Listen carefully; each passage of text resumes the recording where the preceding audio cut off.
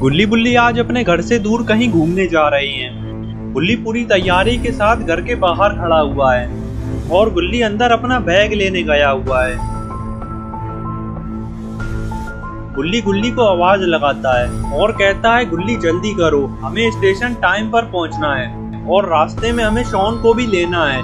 कहीं ऐसा ना हो कि हमारी ट्रेन ही छूट जाए। इतने में ही गुल्ली आ जाता है और कहता है, बुल्ली शॉन का फोन आया था, वो पूरा तैयार हो चुका है। चलो अब जल्दी से चलकर शॉन को ले लेते हैं और सीधे स्टेशन पर चलते हैं।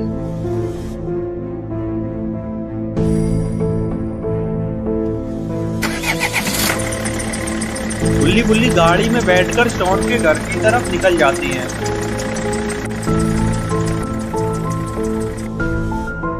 और इधर शॉन अपने घर की बालकनी पर खड़ा हुआ है और रोड की तरफ ही देखे जा रहा है कि कहीं गुल्ली बुल्ली इसे छोड़कर अकेले ही ना चले जाएं। तभी शॉन को सामने से आती हुई गुल्ली बुल्ली की गाड़ी दिखाई देती है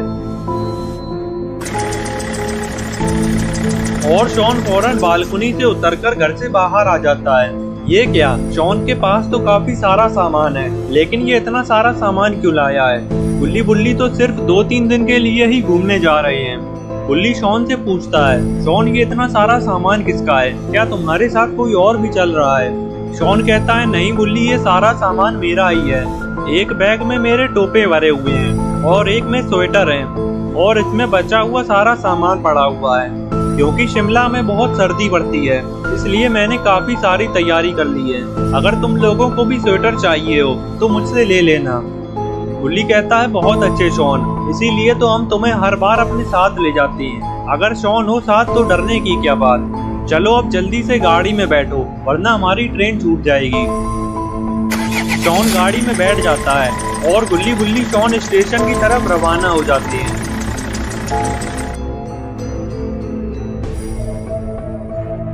थोड़ी देर में ही गुल्ली बुल्ली और शॉन स्टेशन पर पहुंच जाते हैं। गुल्ली गाड़ी को साइड में रोक देता है और गुल्ली और शॉन अपना अपना सामान गाड़ी में से उतार लेते हैं। गुल्ली कहता है, तुम दोनों चलो, मैं गाड़ी को पार्किंग पर लगा कर आता हूँ। और फिर गुल्ली गाड़ी को पार्किंग पर लगाने के लिए चला जाता है और गुल्ली और शॉन स्टेशन के अंदर की तरफ जाने लगते हैं।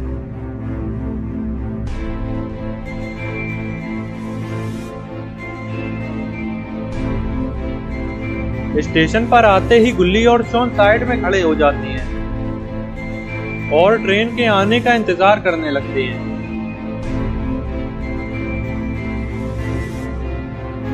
इतने में ही गुल्ली गाड़ी को पार्क करके आ जाता है और गुल्ली और शॉन से कहता है, तुम लोग उधर कहाँ देख रहे हो? ट्रेन तो इस तरफ से आने वाली है।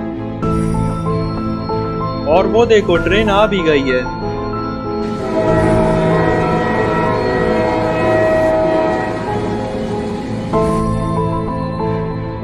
ट्रेन को आता देखकर गुल्ली बुल्ली और शॉन पूरी तैयारी के साथ खड़े हो जाती हैं और ट्रेन के रुकने का इंतजार करने लगते हैं।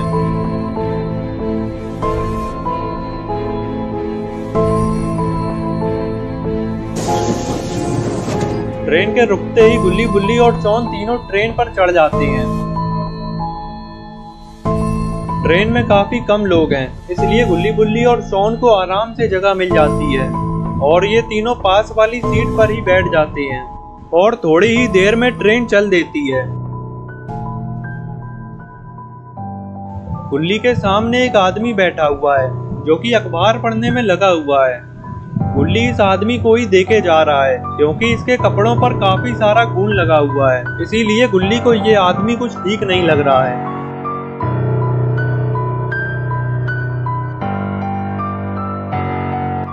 अरे ये तो जैब द किलर है, लेकिन ये यहाँ पर क्या कर रहा है? कहीं ये गुल्ली बुल्ली को मारने तो नहीं आया? लेकिन जैब द किलर तो गुल्ली बुल्ली को जानता भी नहीं है और ना ही गुल्ली बुल्ली जैब द किलर को जानती है। फिर आखिर जैब यहाँ पर करने क्या आया है? गुल्ली बुल्ली और शॉन जब जैब का चेहरा देखते हैं तो ये और ज्यादा घबरा जाते हैं क्योंकि जैब का चेहरा काफी डरावना लग रहा है और इसके सारे कपड़ों पर भी खून लगा हुआ है। तभी जैब अपनी जेब से अपना मोबाइल निकालता है और मोबाइल पर किसी आदमी का फोटो देखने लगता है लेकिन जेफ इस आदमी का फोटो क्यों देख रहा है? कहीं जेफ इस आदमी को इसी ट्रेन पर मारने तो नहीं आया है? तभी बुल्ली शॉन को एक इशारा करता है और शॉन फौरन ही समझ जाता है कि बुल्ली शॉन को जेफ के मोबाइल में देखने के लिए कह रहा है। और फिर शॉन जेफ के मोबाइल में झांकने लगता है, लेकिन तभी जेफ अपना मोबाइल बंद कर देता है और यहाँ से उठकर जाने लगता है। जेफ के यहाँ से जाते ही बुल्ली शॉन से पूछता है, शॉन क्या हुआ? वो आदमी मोबाइल पर क्या कर रहा था? शॉन बताता है, बुल्ली शायद वो किसी का फोटो देख रहा था। तभी गुल्ली कहता है, मुझे वो आदमी कुछ ठीक नहीं लग रहा है। उसे देखकर तो ऐसा लग रहा है कि वो 2-3 लोगों को पहले ही मार चुका है। चलो बुल्ली, चलकर उसे देखते हैं। शॉन, तुम यहीं बैठकर सारा सामान देखते रहना। बुल्ली जेफ को देखने के लिए जाने लगते हैं कि आखिर जेफ करने क्या गया है।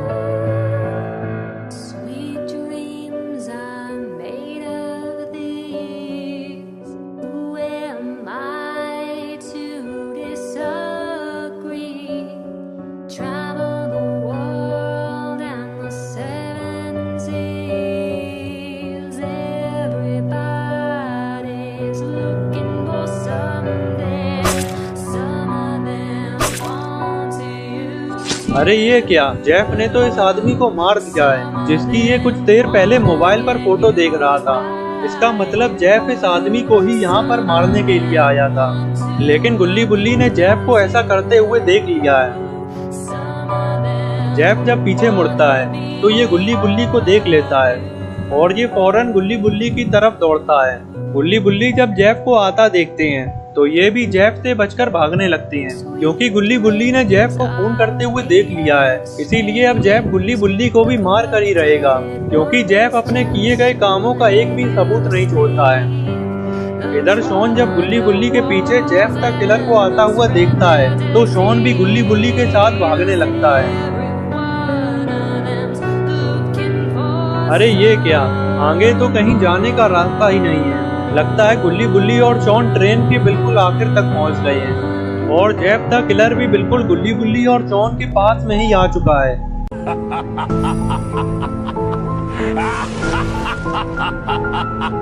जेफ को अपने सामने खड़ा देखकर बुल्ली और शॉन को कुछ समझ नहीं आ रहा था कि अब इन्हें क्या करना चाहिए।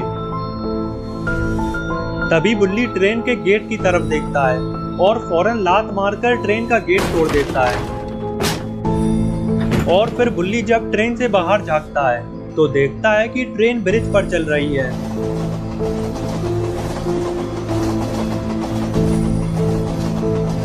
और बुल्ली जब ट्रेन के आगे देखता है तो बुल्ली को आगे एक नदी दिखाई देती है।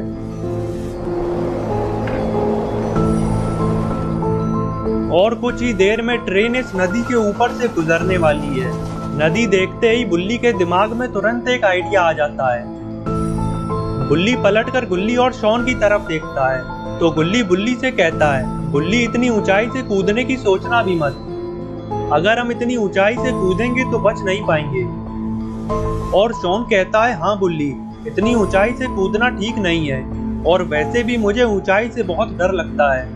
जेफ द किलर जब बुल्ली और शॉन की बातें सुनता है तो ये जोर जोर से हंसने लगता है। और गुल्ली और शॉन से कहता है, अगर तुम दोनों को कूदने में डर लग रहा है तो बारी बारी से मेरे पास आ जाओ, मैं तुम दोनों का डर खत्म कर दूंगा। और फिर जेफ बुल्ली की तरफ हाथ करते हुए बुल्ली से कहता है, अगर तुम्हें कूदना है तो तुम कूद जाओ, क्योंकि इतनी ऊंचाई से कूद कर तुम बच नहीं पाओगे और तुम्हारे कूदते ही मैं इन दोनों को भी मार दूंगा। लेकिन बुल्ली जेफ की बातों पर ज्यादा ध्यान नहीं देता है और वापस ट्रेन से बाहर जागता है तो बुल्ली देखता है कि ट्रेन बिल्कुल नदी के पास आ गई है और ट्रेन से कूदने का ये सबसे सही मौका है। बुल्ली फौरन पलटकर गुल्ली और शॉन से कहता है, तुम लोग बिल्कुल मत डरो, हमें कुछ नहीं होगा, अब जल्दी मेरे साथ कूदो। और इतना कहते ही बुल्ली ट्रेन से कूद जाता है। गुल्ली और शॉन भी ट्रेन से कूदने के लिए जल्दी से आगे बढ़ते हैं और जेफ को अपनी तरफ आता देखकर शॉन अपना हैट उतारकर जेफ के मुंह पर मार देता है, जिससे जेफ इनके पीछे नहीं आ पाता है और गुल्ली और शॉन भी जेफ से बचकर ट्रेन से कूद जाते हैं। जेफ देखता है कि गुल्ली बुल्ली और शॉन तो ट्रेन से कूद गए और फिर जेफ फौरन ट्रेन के गेट से नीचे झांकता है और तब जाकर जेफ को अपनी गलती का एहसास होता है, क्योंकि अभी तक जेफ को ऐसा लग रहा था कि ये तीनों इतनी ऊंचाई से कूदकर बच नहीं पाएंगे। लेकिन जेफ को कहाँ पता था कि नीचे एक नदी भी है जिसमें कूदकर गुल्ली बुल्ली और शॉन बच गए हैं। लेकिन अब जेफ इनके पीछे नहीं कूद सकता है, क्योंकि अब नदी काफी पीछे निकल गई है और अगर जेफ अब कूदेगा तो इसकी हड्डी पसली एक हो जाएंगी।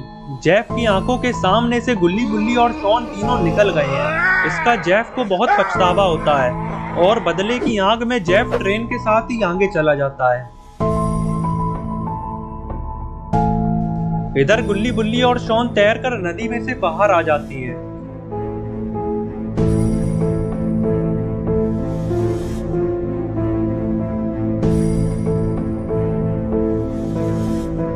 और नदी से बाहर आते ही शॉन गुल्ली बुल्ली से पूछता है, आखिर वो आदमी हमारे पीछे क्यों पड़ा हुआ था? मुझे तो कुछ पता ही नहीं चला। शॉन के पूछने पर गुल्ली शॉन को बताता है, शॉन वो कोई मामूली आदमी नहीं था, बल्कि एक किलर था और उस किलर ने उसका खून कर दिया है, जिसका उसने मोबाइल पर फोटो देखा था और हमने उसको खून करते हुए देख लिया था, इसीलिए वो हमें मारने के पीछे पड़ गया था। लेकिन अब डरने की कोई जरूरत नहीं, क्योंकि अब वो किलर जा चुका है। तभी बुल्ली कहता है, गुल्ली वो किलर इतनी जल्दी हार नहीं मानेगा, मुझे लगता है कि वो हमारे पीछे वापस इधर आएगा। शॉन कहता है, बुल्ली अगर ऐसी बात है तो हमें फौरन चलकर इस किलर के बारे में पुलिस को बताना चाहिए। गुल्ली कहता है, शॉन ये बात तुम ठीक कह रहे हो, लेकिन हमें तो ये भी नहीं पता है कि हम किस जगह पर हैं और हमारे चारों तरफ तो जंगल ही जंगल है। सबसे पहले हमें इस जंगल से बाहर निकलना होगा, पता नहीं ये जंगल कितना बड़ा होगा। बुल्ली कहता है, चलो हमें आगे चलकर देखना चाहिए, शायद हमें जंगल से निकलने का कोई रास्ता दिख जाए। गुल्ली बुल्ली और शॉन जंगल से निकलने का रास्ता ढूंढने के लिए आगे चल देते हैं। चलते चलते शॉन गुल्ली को याद दिलाता है, गुल्ली हमारा सारा सामान तो ट्रेन पर ही छूट गया है। गुल्ली कहता है, शॉन तुम सामान के बारे में तो भूल ही जाओ, क्योंकि उस किलर ने न जाने हमारे सामान के साथ क्या किया होगा और मुझे तो लगता है कि वो हमारा सामान चुरा कर ले गया होगा। शॉन कहता है, गुल्ली ऐसा नहीं हो सकता, अगर उसने मेरा सामान चोरी कर लिया तो मेरा तो बहुत नुकसान हो जाएगा, क्योंकि मेरा काफी सारा कीमती सामान था। गुल्ली कहता है, शॉन तुमसे इतना सारा सामान लाने के लिए किसने कहा था? अब तुम अपने सामान के बारे में तो भूल ही जाओ। इतने में ही बुल्ली गुल्ली और शॉन को रोकता है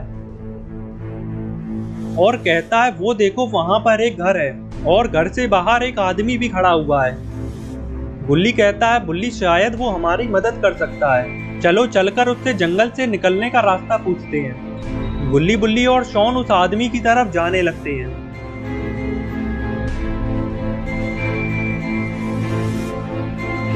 इधर ये आदमी जब गुल्ली बुल्ली और शॉन को देखता है तो ये कहता है कि तुम लोग इस जंगल में क्या कर रहे हो? पता नहीं है कि रात को इस जंगल में घूमना खतरे से खाली नहीं है। तब बुल्ली इस आदमी को बताता है कि हम इस जंगल में कैसे आए और फिर गुल्ली इससे जंगल से निकलने का रास्ता पूछता है। तो ये गुल्ली को बताता है कि ये जंगल बहुत बड़ा है और रात में इस जंगल से जाना ठीक नहीं है, इसलिए मैं सुबह तुम तीनों को जंगल से बाहर छोड़ दूंगा और अगर तुम तीनों चाहो तो रात के लिए मेरे घर पर रुक सकते हो। गुल्ली बुल्ली और शॉन को इसकी बात ठीक लगती है और ये तीनों इसकी बात मान लेते हैं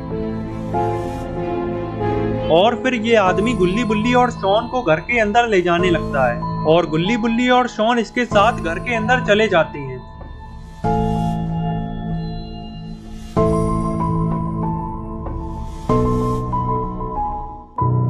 इधर जेफ द किलर गुल्ली बुल्ली और शॉन को मारने के बारे में सोचे जा रहा है, क्योंकि अगर जेफ इन तीनों को नहीं मारेगा तो ये बड़ी मुसीबत में पड़ सकता है।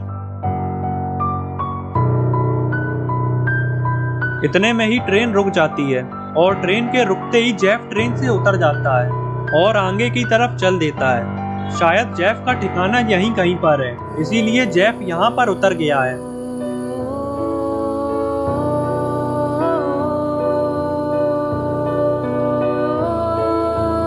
थोड़े आगे चलते ही जेफ एक जगह पर रुककर खड़ा हो जाता है और फिर जेफ अंदर जाने लगता है।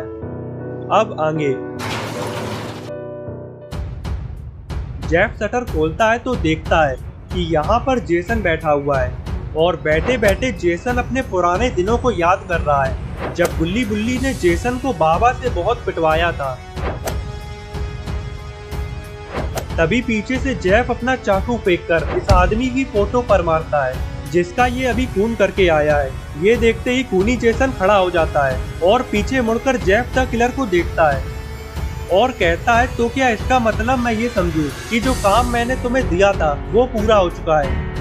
जेफ कहता है, जेसन इस आदमी को तो मैंने मार दिया है, लेकिन एक बहुत बड़ी गड़बड़ हो गई है। जेसन पूछता है, जेफ कैसी गड़बड़? मैं तो समझता था कि तुम अपना काम बहुत सफाई से करते हो, तो क्या अब तुमसे भी गलतियां होने लगी हैं? जेफ कहता है, और नहीं तो क्या जेसन, क्या गलतियां करने का ठेका सिर्फ तुमने ही ले रखा है? ये सुनते ही जेसन भड़क जाता है और जेफ से कहता है, जेफ अपनी हद पार मत करो और अब ये बताओ कि गड़बड़ क्या है। जेसन के पूछने पर जेफ बताता है कि मुझे खून करते हुए कुछ लोगों ने देख लिया है और वो वही लोग हैं जिनकी तस्वीर तुम पीछे लगाए हुए हो। ये सुनते ही जेसन खुश हो जाता है और कहता है, वाह जेफ, फिर तो तुमने उन्हें मार ही दिया होगा, क्योंकि तुम तो अपने रास्ते में आने वाले हर इंसान को मार देते हो। जेफ कहता है, जेसन ज्यादा खुश होने की जरूरत नहीं है, तुम्हारा सारा काम बस बैठे बैठे ही नहीं हो जाएगा। बुरी खबर तो ये है कि वो तीनों मेरे हाथ से निकल गए हैं। ये सुनते ही जेसन को बहुत गुस्सा आ जाता है और जेसन फौरन अपना कुल्हाड़ा उठा लेता है और सोफे पर लात मारकर सोफा पलट देता है। ये देखकर जेफ द किलर जेसन से कहता है, जेसन अपना गुस्सा कहीं और जाकर निकालो, ये सामान तुम्हारे बाप का नहीं है, ये सब मैंने बहुत मेहनत से लूटा है। जेफ की इस बात पर जेसन जेफ से कहता है, जेफ अब तुम ज्यादा बोल रहे हो, कहीं ऐसा ना हो कि मेरा कुल्हाड़ा अभी तुम्हारे ऊपर ही चल जाए। तभी जेफ द किलर जोर जोर से हंसने लगता है और कहता है, वाह जेसन, तुम्हारे भाव तो बहुत बढ़ गए हैं। लगता है तुम्हें वो बात दोबारा याद दिलानी पड़ेगी जब तुम उस बाबा से पिटकर जमीन पर रगड़ते हुए मेरे पैरों में आ गए थे और फिर मैंने ही तुम्हें अपना हाथ दिया था। ये सुनकर जेसन को वो बात याद आ जाती है जब वो बाबा से पिटकर जमीन से उठ भी नहीं पा रहा था और रगड़ते हुए आगे चला जा रहा था। और तभी उसे जेफ द किलर मिला और जेफ जेसन को अपने साथ ले गया।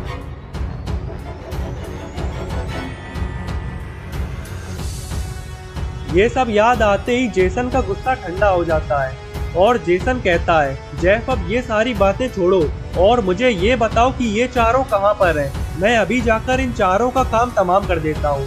जेफ कहता है, जेसन ये 4 नहीं 3 थे, क्योंकि इनका बाबा इनके साथ नहीं था।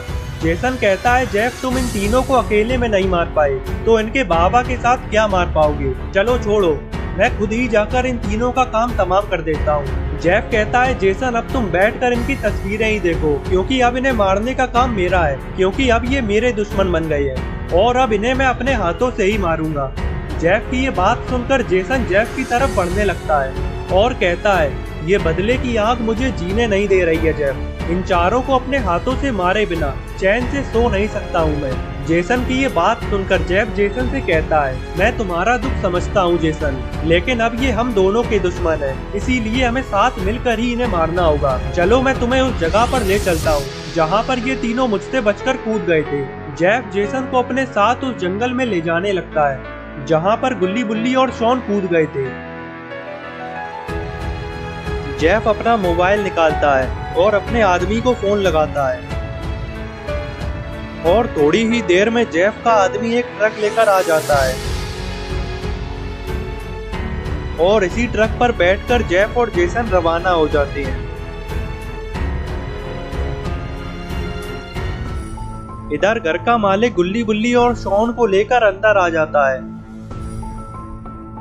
और कहता है कि तुम तीनों यहाँ पर रुक सकते हो और अगर कुछ चाहिए हो तो मुझे बुला लेना, मैं बाहर अपना काम कर रहा हूँ। इतना कहते ही घर का मालिक बाहर चला जाता है और गुल्ली बुल्ली और शॉन यहीं पर ही बैठ जाते हैं। इधर जेफ और जेसन इस जंगल में पहुंच जाते हैं और जेफ ट्रक को चलाता हुआ नदी के पास ले आता है और जेफ जेसन को बताता है, जेसन वो ब्रिज देख रहे हो, वो तीनों उसी ब्रिज से इस नदी में कूद गए थे। जेसन कहता है जेफ इतने बड़े जंगल में वो तीनों पैदल कहीं नहीं जा पाएंगे, चलो पूरे जंगल में उन्हें ढूंढते हैं, कहीं ना कहीं तो वो तीनों मिल ही जाएंगे। जेसन की बात सुनकर जेफ ट्रक को आगे ले जाने लगता है।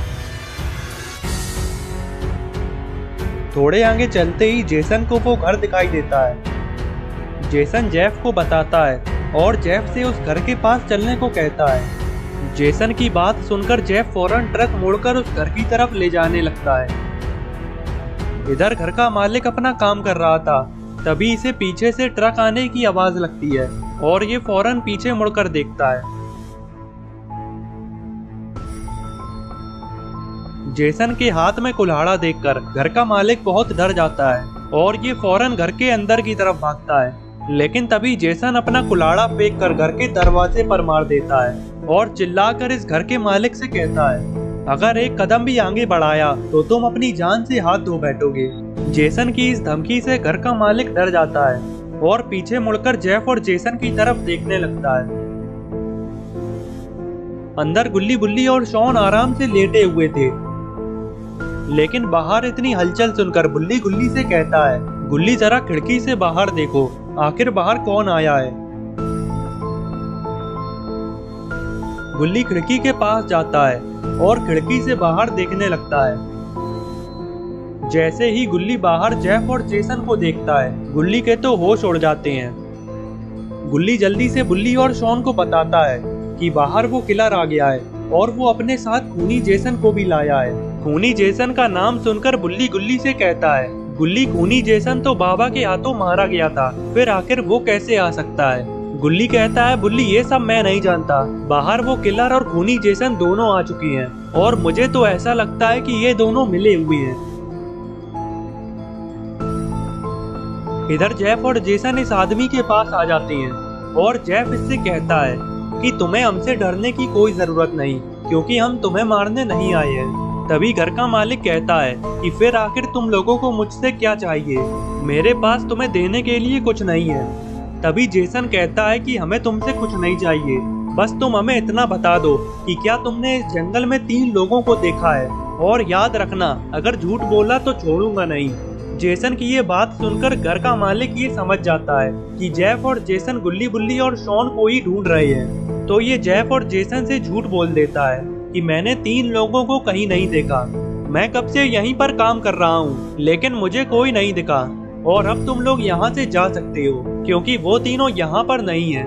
तभी जेसन जेफ की तरफ देखता है और जेफ जेसन से कहता है, जेसन मुझे इसकी बातों पर यकीन नहीं है, तुम अंदर जाकर अच्छे से देख कर आओ और अगर वो तीनों अंदर हुए तो ये मेरे हाथों से नहीं बचेगा। जेफ की बात सुनकर जेसन घर के अंदर जाने लगता है, लेकिन तभी घर का मालिक जेसन को रोकता है और कहता है कि मैंने तुम्हें पहले ही बता दिया है कि अंदर कोई नहीं है, फिर तुम अंदर किसे देखने जा रहे हो। लेकिन जेसन इसकी एक नहीं सुनता और घर के अंदर चला जाता है।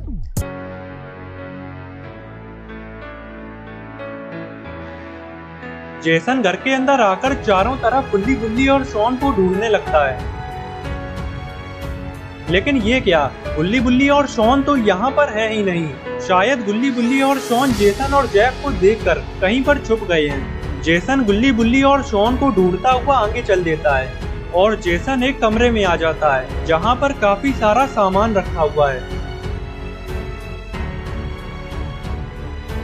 अरे ये क्या, गुल्ली बुल्ली और शॉन तो इन्हीं सामानों के पीछे छुपे हुए हैं और जेसन भी इनकी तरफ ही बढ़े जा रहा है। अगर गलती से भी जेसन ने इन तीनों को देख लिया तो ये तीनों जेसन के हाथों बच नहीं पाएंगे। इधर जेफ द किलर ये सोचता है कि जेसन को काफी देर हो गई है, कहीं उसे गुल्ली बुल्ली और शॉन मिल तो नहीं गए और कहीं जेसन उन तीनों को अकेले ही न मार दे। यही सोचता हुआ जेफ भी घर के अंदर जाने लगता है।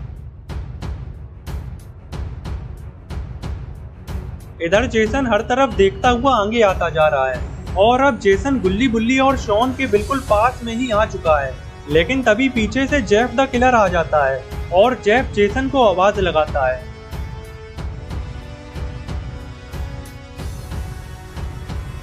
और जेसन से कहता है, जेसन वो तीनों तुम्हें अभी तक नहीं मिले, तो इसका मतलब वो तीनों यहाँ पर नहीं है। चलो आ जाओ, हम उन तीनों को कहीं और चलकर ढूंढते हैं। जेफ की बात सुनकर जेसन भी जेफ के साथ जाने लगता है। इधर घर का मालिक ये सोचे जा रहा है कि कहीं जेफ और जेसन को गुल्ली बुल्ली और शॉन मिल तो नहीं गए, क्योंकि अगर जेफ और जेसन को वो तीनों अंदर मिल गए तो इसका मरना तय है, क्योंकि इसने जेफ और जेसन से झूठ बोल दिया था। यही सोचकर घर का मालिक यहाँ से भागने लगता है और घर की दीवार के पीछे आकर छुप जाता है। तभी घर का मालिक देखता है कि जेसन और जेफ घर के बाहर आ गए हैं और अपने ट्रक की तरफ बढ़ने लगते हैं। और फिर जेफ और जेसन अपने ट्रक पर बैठकर यहाँ से जाने लगते हैं। घर का मालिक जैसे ही देखता है कि जेसन और जेफ यहाँ से चले गए हैं, तो ये फौरन दौड़ता हुआ घर के अंदर जाता है। अंदर आते ही घर का मालिक गुल्ली बुल्ली और शॉन को देखता है, तो ये समझ जाता है कि ये तीनों कहीं पर छुप गए थे, इसीलिए जेफ और जेसन इन्हें नहीं देख पाए और यहाँ से चले गए। तभी बुल्ली घर के मालिक से कहता है कि हमारी वजह से तुम मुसीबत में पड़ गए, इसीलिए हम यहाँ पर और नहीं रुकना चाहते, हम अभी यहाँ से जा रहे हैं। घर का मालिक कहता है कि तुमने तो मेरे मुंह की बात छीन ली, मैं भी तुम तीनों से यही कहने आ रहा था। चलो अब अपना सामान पैक कर लो, क्योंकि मैं अभी तुम तीनों को जंगल से बाहर छोड़ कर आऊंगा। तभी शॉन कहता है कि हमारे पास तो कोई सामान ही नहीं है, फिर क्या हम तुम्हारा सामान पैक कर लें। घर का मालिक कहता है कि चलो अब जल्दी से मेरे पीछे आओ।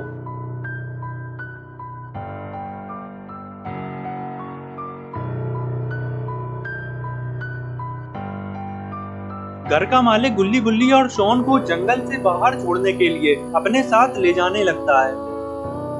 काफी देर जंगल में आगे चलने के बाद घर का मालिक गुल्ली बुल्ली और शॉन से कहता है कि अब तुम तीनों यहाँ से सीधे जा सकते हो, बस थोड़ी दूर चलते ही तुम लोगों को शहर दिख जाएगा। और इतना कहते ही घर का मालिक वापस जाने लगता है। तभी गुल्ली कहता है कि अपना ख्याल रखना, लेकिन ये गुल्ली की बात पर ध्यान नहीं देता और यहाँ से चला जाता है। और फिर गुल्ली बुल्ली और शॉन भी शहर की तरफ चल देते हैं। इधर घर का मालिक थोड़ी दूर ही पहुंचा था कि तभी ये रुक कर खड़ा हो जाता है, लेकिन ये रुक क्यों गया? आखिर इसने ऐसा क्या देख लिया? अरे ये क्या, आगे तो जेसन और जेफ खड़े हुए हैं। जेसन और जेफ को देखकर घर के मालिक को ऐसा लगता है कि ये दोनों गुल्ली बुल्ली और शॉन की ताक में खड़े हैं, इसीलिए ये बिना डरे ही इनके पास जाने लगता है। लेकिन इसे अपनी गलती का एहसास तब होता है जब जेफ इससे पूछता है कि तुम इतनी रात में शहर की तरफ क्या करने गए थे। जेफ के ये पूछने पर घर का मालिक बहुत घबरा जाता है और फौरन पीछे मुड़कर भागने लगता है। लेकिन ये क्या, जेसन और जेफ ने तो इसको दोनों तरफ से घेर लिया है। तभी जेसन इससे कहता है कि अगर सच बता दोगे तभी तुम्हारी जान बच सकती है। तो ये घर का मालिक जेसन से कहता है कि मुझे जाने दो, मैं उन तीनों को शहर की तरफ छोड़ आया हूँ, तुम लोग अभी जाकर उन तीनों को पकड़ सकते हो और अब मुझे छोड़ दो। और इतना कहकर घर का मालिक यहाँ से भागने लगता है। और तभी ये सब देखकर जेफ जेसन से कहता है, जेसन तुमने उसे मार क्यों दिया, इसमें इसकी क्या गलती थी? जेसन कहता है जेफ इसमें इसकी ही गलती थी, क्योंकि अगर ये हमसे झूठ नहीं बोलता तो अभी तक हम उन तीनों को मार चुके होते। जेफ कहता है जेसन फिर तो सारी गलती तुम्हारी थी, क्योंकि तुम्ही ने उस घर में तलाशी ली थी। लेकिन अब इन सब बातों का कोई फायदा नहीं, चलो अब जल्दी से शहर की तरफ चलते हैं। जेफ और जेसन भी गुल्ली बुल्ली और शॉन को ढूंढने के लिए शहर की तरफ जाने लगते हैं।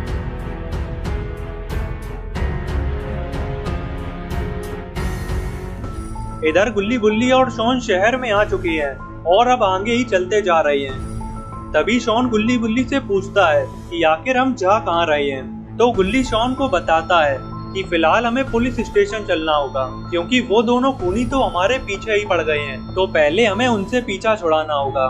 तभी शॉन कहता है कि देखो पीछे एक आदमी आ रहा है, इसी से ही पूछते हैं कि पुलिस स्टेशन कहाँ पर है।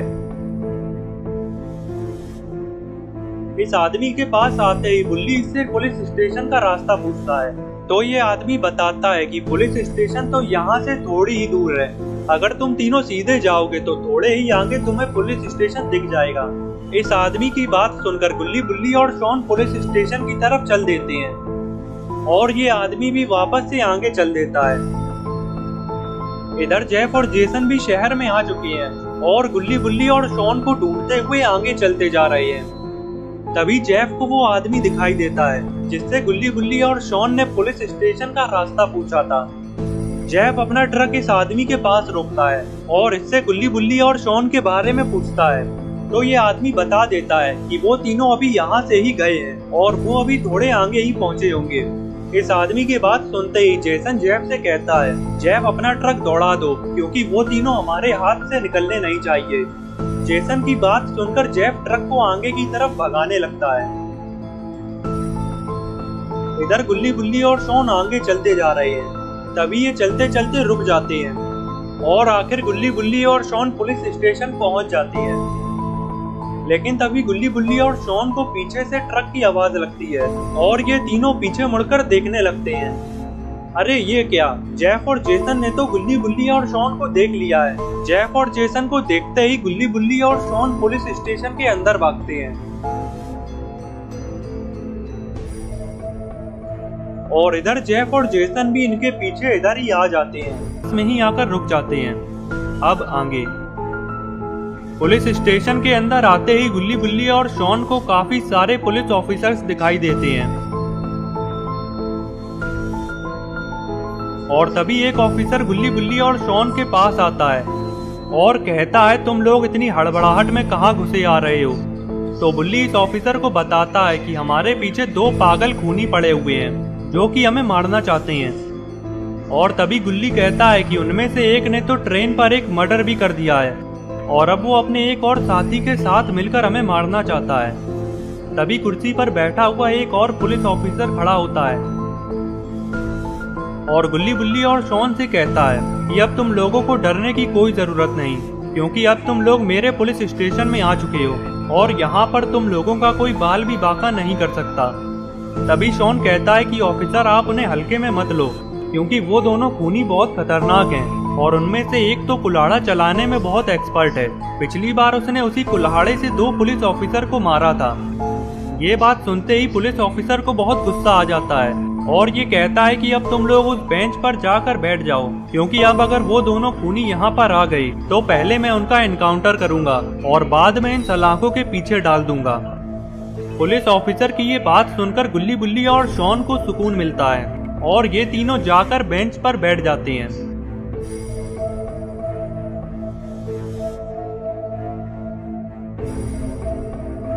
इधर जेफ और जेसन पुलिस स्टेशन के पास में ही खड़े हैं और जेफ जेसन से कहता है, जेसन वो तीनों तो पुलिस स्टेशन के अंदर चले गए, अब हम उन्हें कैसे मारेंगे। जेसन कहता है, जेफ इसमें सोचना क्या है, वो तीनों उस पुलिस स्टेशन के अंदर हैं और हम उन्हें वहीं जाकर मारेंगे। जेफ कहता है, जेसन तुम पागल हो गए हो, अगर हम पुलिस स्टेशन में जाकर उन्हें मारेंगे तो पुलिस भी हमारे पीछे लग जाएगी और फिर हमारा जीना बहुत मुश्किल हो जाएगा। जेसन कहता है, जेफ मैं ये सब नहीं जानता, वो तीनों उस पुलिस स्टेशन के अंदर हैं और मैं उन्हें मारने जा रहा हूँ। जेफ जेसन को बहुत रोकने की कोशिश करता है लेकिन जेसन नहीं रुकता और जेसन पुलिस स्टेशन की तरफ बढ़ने लगता है।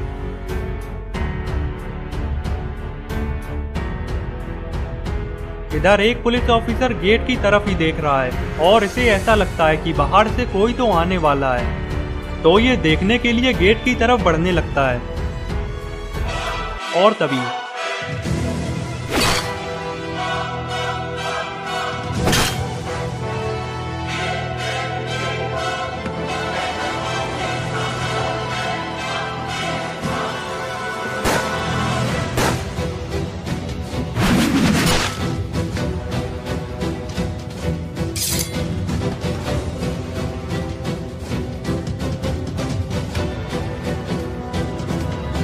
जेसन आते ही सारे पुलिस ऑफिसर्स को मार देता है और ये देखते ही गुल्ली बुल्ली और शॉन पुलिस स्टेशन के बाहर भागते हैं। इधर जेफ द किलर भी पुलिस स्टेशन की तरफ आ रहा था, लेकिन तभी जेफ गुल्ली बुल्ली और शॉन को यहाँ से भागते हुए देख लेता है और जेफ फौरन अपना ट्रक निकालता है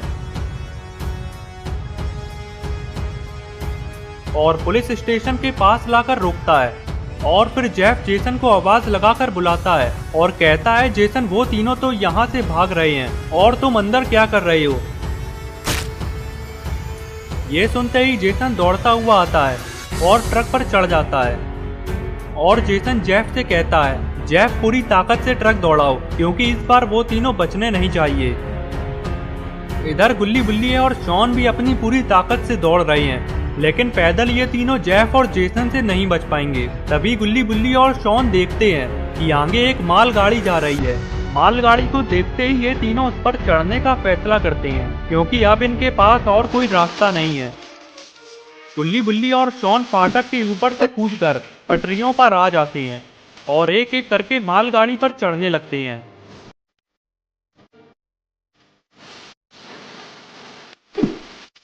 इधर जेफ और जेसन भी फाटक को तोड़कर मालगाड़ी के पीछे लग जाते हैं। जेसन कहता है, जेफ ट्रक को थोड़ा पास में ले चलो, मैं इस मालगाड़ी पर चढ़ सकता हूँ। जेसन की बात सुनकर जेफ ट्रक को मालगाड़ी के पास ले जाने की कोशिश करता है और तभी जेफ और जेसन का ट्रक खंबे में ठुक जाता है और गुल्ली बुल्ली और शॉन मालगाड़ी के साथ ही आगे निकल जाते हैं। इधर जेसन को बहुत गुस्सा आता है क्योंकि जेसन के हाथ से एक बार फिर गुल्ली बुल्ली और शॉन निकल गए हैं।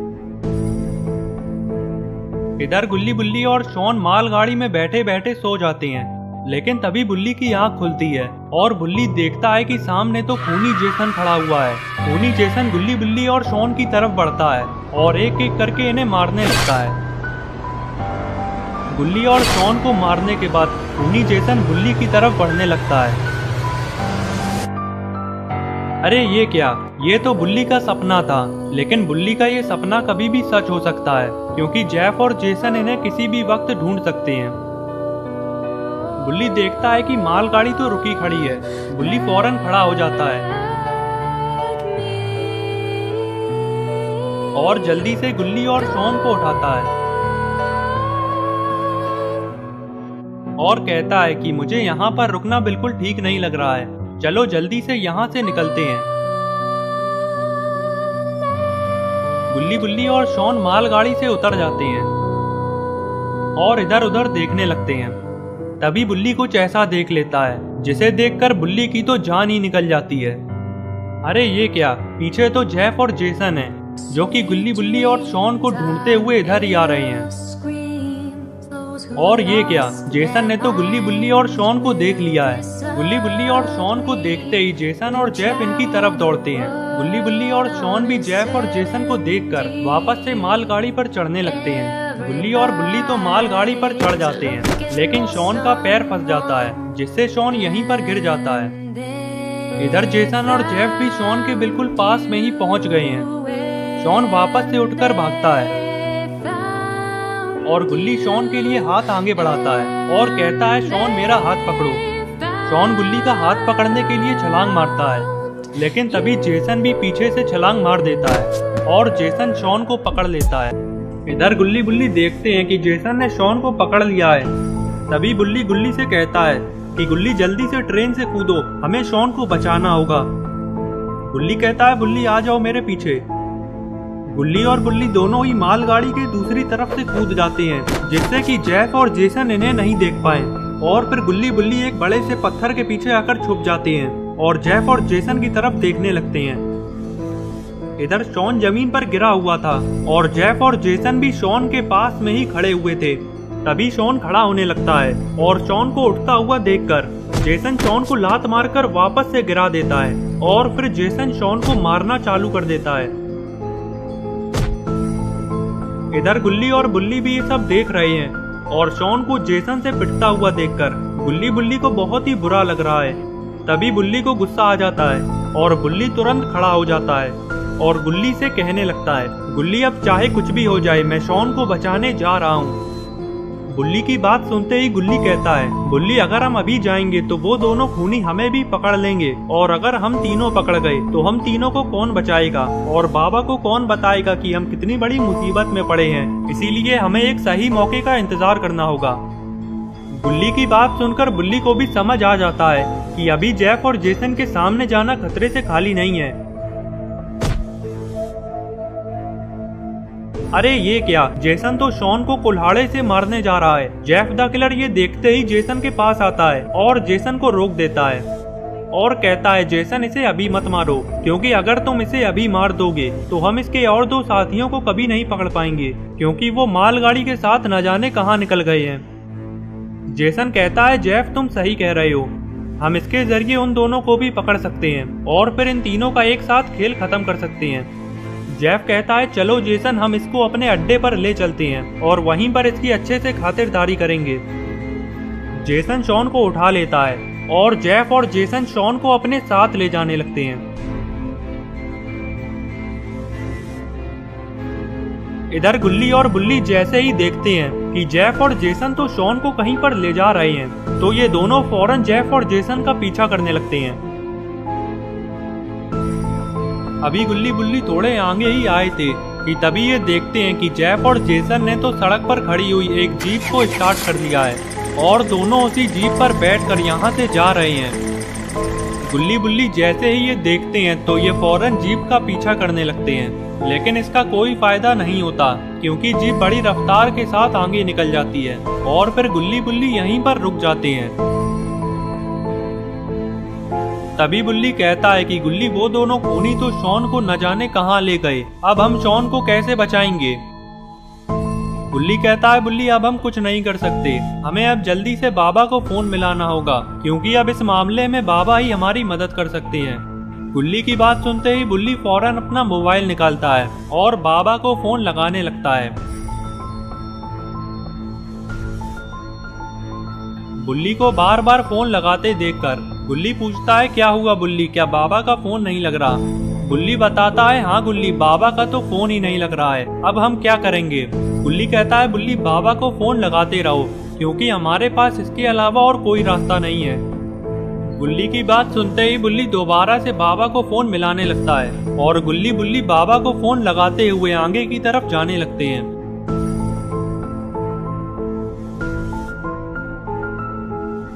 इधर जेफ और जेसन शॉन को लेकर अपने ठिकाने पर आ जाते हैं और जेफ जीप को साइड में रोक देता है और जेफ और जेसन जीप से उतर जाते हैं। तभी जेसन कहता है कि जेफ हम अपने पुराने ठिकाने पर क्यों नहीं चले। जेसन के पूछने पर जेफ बताता है कि जेसन तुम्हारी वजह से हमारे पीछे पुलिस भी पड़ चुकी है और वो अड्डा पुलिस से बचने के लिए सही नहीं है, इसीलिए हमें यहीं पर पुलिस से छुपकर रहना होगा। चलो अब जल्दी से इसको उठाकर अंदर ले चलो। जेफ इतना कहते ही अंदर जाने लगता है और इधर जेसन भी शॉन को उठाकर अंदर की तरफ चल देता है। अंदर आते ही जेफ अपने आदमियों को आवाज लगाता है और तभी एक आदमी जेफ के पास आ जाता है। जेफ शॉन की तरफ हाथ करते हुए अपने आदमी से कहने लगता है कि इसको उठाकर यहाँ से ले जाओ और उस कमरे में ले जाकर बंद कर दो, और याद रखना ये किसी भी कीमत पर यहाँ से फरार नहीं होना चाहिए। जेफ का आदमी शॉन को उठाकर उस कमरे में ले जाने लगता है। इधर जेसन जेफ से पूछता है कि जेफ अब हम इसका क्या करने वाले हैं, हम इसके जरिए इसके और 2 साथियों को कैसे पकड़ेंगे। जेसन के पूछने पर जेफ बताता है कि सबसे पहले हमें इसके बाकी 2 साथियों का फोन नंबर पता करना होगा और फिर फोन करके उन दोनों को भी यहाँ पर बुला लेंगे और फिर इन तीनों को एक साथ मारेंगे। जेफ की बात सुनकर जेसन बहुत खुश हो जाता है और जेसन कहता है जेफ ये आइडिया तो बहुत ही बढ़िया है, इससे हम बड़ी आसानी से इन तीनों को मार सकते हैं। जेफ बोला चलो जेसन आ जाओ हम कमरे में चलते हैं और उसके साथियों का फोन नंबर पता करते हैं। जेफ और जेसन गुल्ली बुल्ली का फोन नंबर पता करने के लिए शॉन के पास जाने लगते हैं।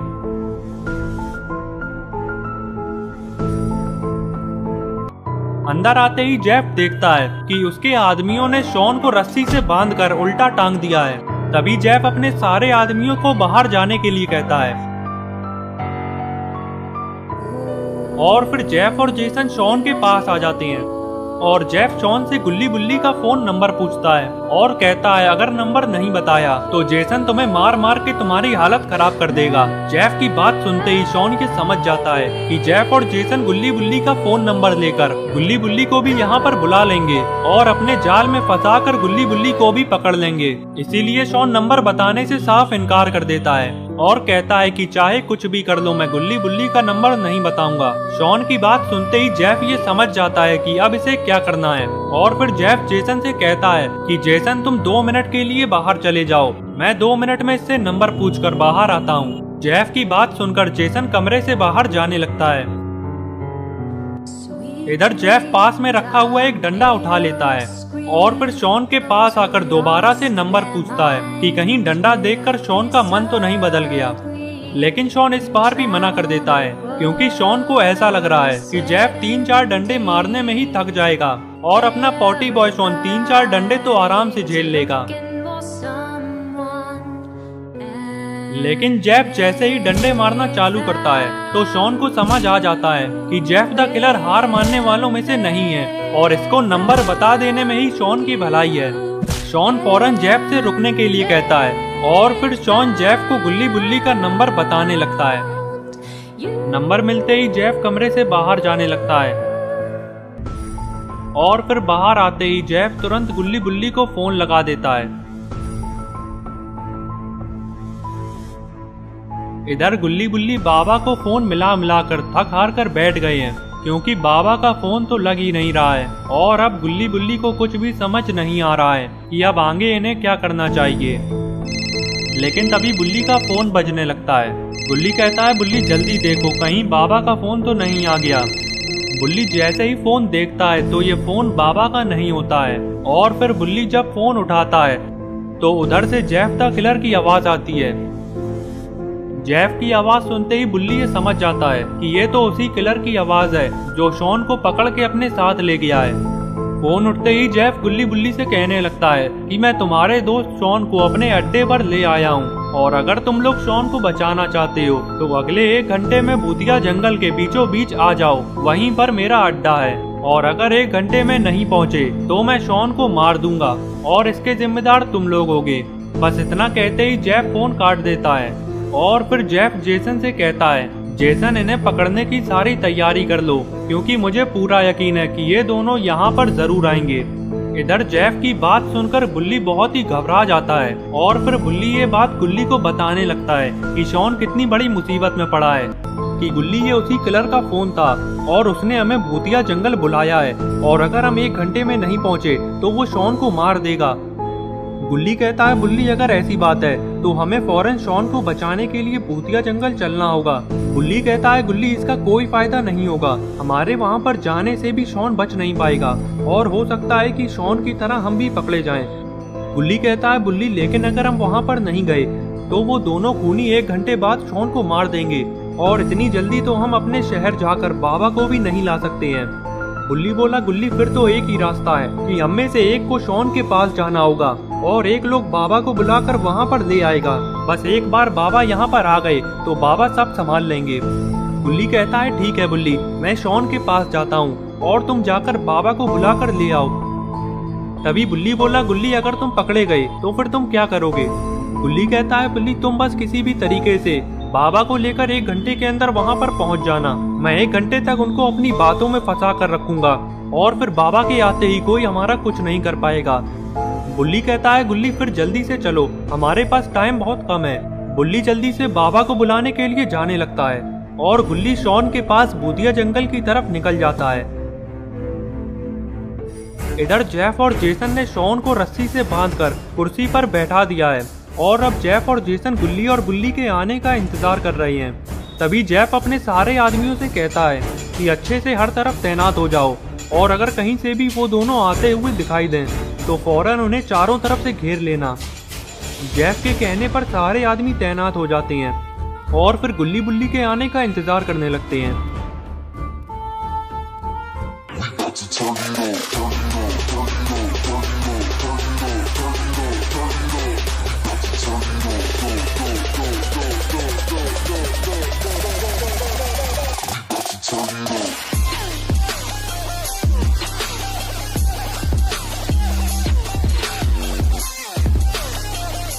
इधर बुल्ली टेम्पू भगाता हुआ बाबा के घर पहुंच जाता है और फिर टेम्पू से उतरकर बुल्ली टेम्पू वाले से कहता है कि तुम 2 मिनट रुको, मैं अभी तुम्हारे सारे पैसे दिलवा देता हूँ। बुल्ली बाबा को आवाज लगाता है।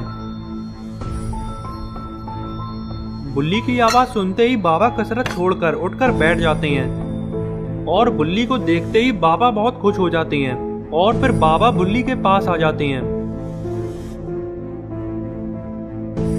बुल्ली कहता है, बाबा इस टेम्पू वाले को भाड़ा दे दिए, मेरे पास इसे देने के लिए पैसे नहीं है। बाबा तुरंत अपनी जेब से 500 का नोट निकालते हैं और वो भी पुराना वाला, और बाबा इस टेम्पू वाले को 500 का नोट दे देते हैं। टेम्पू वाला 500 का नोट देखते ही नया पुराना सब भूल जाता है और 500 का नोट अपनी जेब में डालकर यहाँ से निकल जाता है।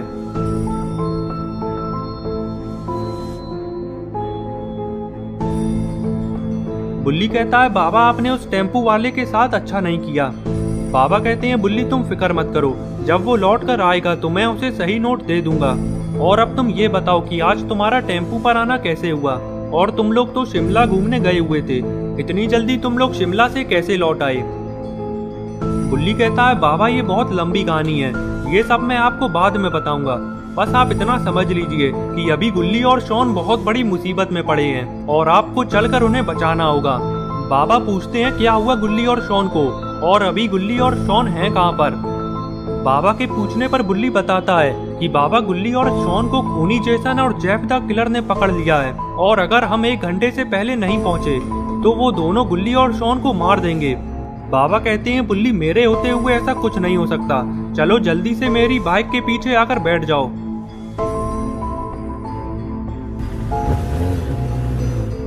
बुल्ली बाबा के साथ बाइक पर बैठ जाता है और फिर बाबा बाइक भगाने लगते हैं।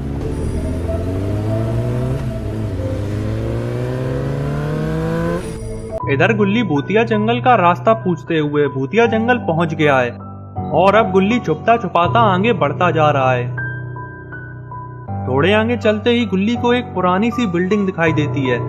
गुल्ली फौरन झाड़ियों के पीछे आकर छुप जाता है और फिर गुल्ली देखता है कि बिल्डिंग के बाहर काफी सारे आदमी खड़े हुए हैं। गुल्ली ये सब देखते ही समझ जाता है कि हो ना हो शॉन इस बिल्डिंग के अंदर ही है और ये आदमी गुल्ली और बुल्ली को पकड़ने के लिए ही खड़े हैं।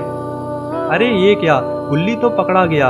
जेफ का आदमी गुल्ली के सर पर बंदूक तान देता है। गुल्ली ये देखते ही फौरन अपने हाथ ऊपर कर लेता है और फिर जेफ का आदमी गुल्ली को बंदूक की नोक पर जेफ और जेसन के पास ले जाने लगता है। इधर गुल्ली को देखते ही जेसन और जेफ बहुत खुश हो जाती हैं और जेफ अपने आदमी से कहता है कि इसका एक और साथी नहीं आया क्या? जेफ का आदमी कहता है कि इसका दूसरा साथी नहीं आया है, ये अकेला ही झाड़ियों के पीछे छुपा हुआ था। जेफ कहता है, चलो कोई बात नहीं, अब एक आ गया है तो पीछे से दूसरा भी आ ही जाएगा, चलो इसको भी लाकर कुर्सी से बांध दो। जेफ का आदमी गुल्ली को भी कुर्सी से बांध देता है और शायद अब जेफ और जेसन गुल्ली और शॉन को मारने जा रहे हैं। जेफ बोला, जेसन तुम इन दोनों में से किसी को भी मार दो, बचे हुए का खेल मैं खत्म कर दूंगा। और फिर जेसन गुल्ली को मारने के लिए आगे बढ़ने लगता है और तभी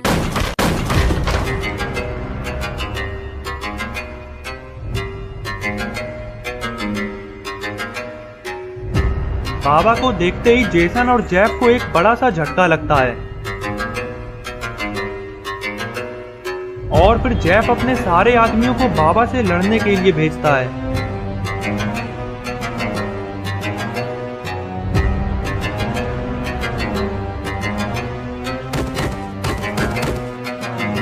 बाबा एक ही बार में जेफ के सारे आदमियों को ढेर कर देते हैं और ये देखते ही खूनी जेसन बाबा से लड़ने के लिए आगे आता है।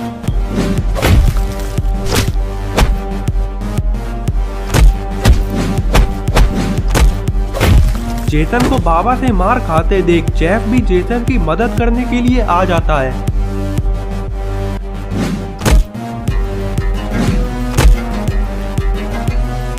मौके का फायदा उठाते हुए बुल्ली गुल्ली और शॉन के पास आ जाता है और गुल्ली और शॉन की रस्सियां खोल देता है।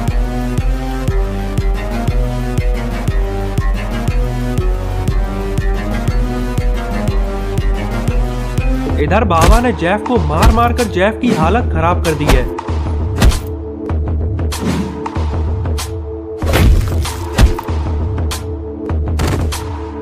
बाबा से मार खाकर जेसन और जेफ जमीन से उठ भी नहीं पा रहे हैं।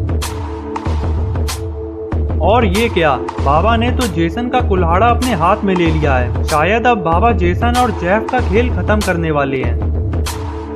लेकिन तभी